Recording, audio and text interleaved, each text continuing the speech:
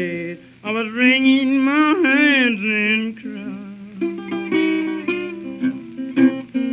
From far till late, I was wringing my hands and crying.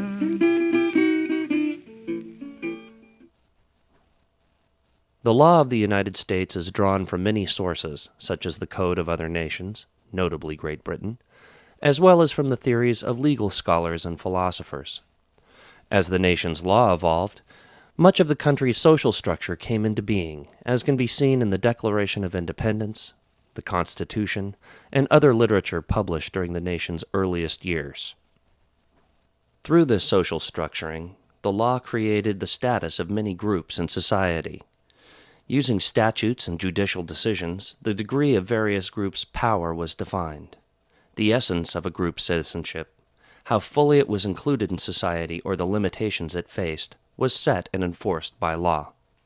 Group inclusion in a society comes about in two ways. The first is legal, namely the granting of guaranteed civil or political rights. Examples of such rights include the ability to serve in the armed forces or to sit on a jury. If a group is denied basic legal rights, it is at best only a partial member of the community.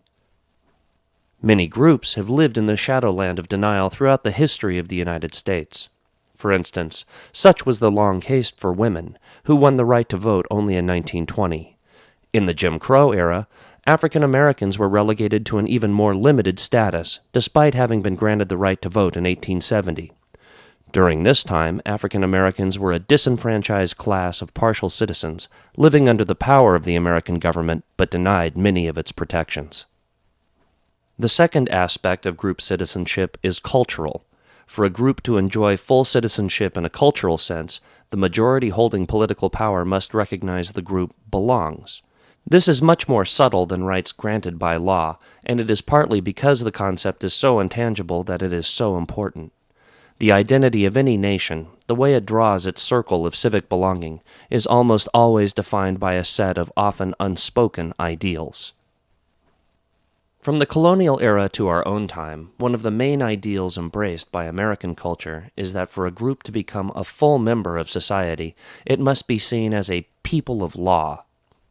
This concept has deep roots in the Judeo-Christian tradition associated with the covenant between the Hebrews and their one God, which required adherence to a complex code as recorded in the Bible. Today, the condition denoted by people of law is an unspoken requirement for membership in multi-ethnic constitutional democracies. To be recognized as a people of law, a group must meet several criteria. The group must show that it honors the legal code, the principles that reflect the values of the nation. Respect for property law, the criminal code, and other aspects of government must be demonstrated. The manner in which a group demonstrates its commitment to law must be perceived accurately by the majority.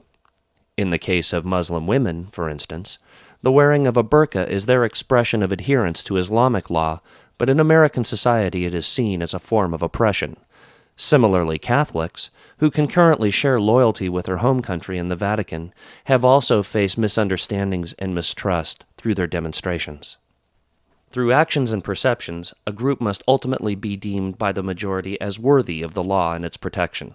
In other words, the law as it is created must embrace the group in question and not exclude it. The majority must extend to the group the benefits and security the law provides. The struggle to be seen as a people of law has been uniquely important for African Americans who, more than any other group, have established their identity and rights of citizenship through the legal system. The ancestors of most people of African descent in North America arrived as slaves, a status that was the creation of law. For over 100 years after slavery was abolished, the vestiges of this legal status continued to cast a shadow throughout the art and culture of Afro-American society, be it in the books and poetry of Richard Wright during World War II or in the gangsta rap of today. One cannot fully appreciate the nature of Afro-American identity, in the past or in our own time, without extended reference to American law.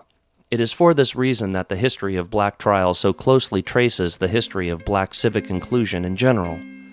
The cases examined in this presentation will show how cultural judgment of the United States has been rendered through judicial fiat, and how the status of African Americans has evolved through the law, our sacred text.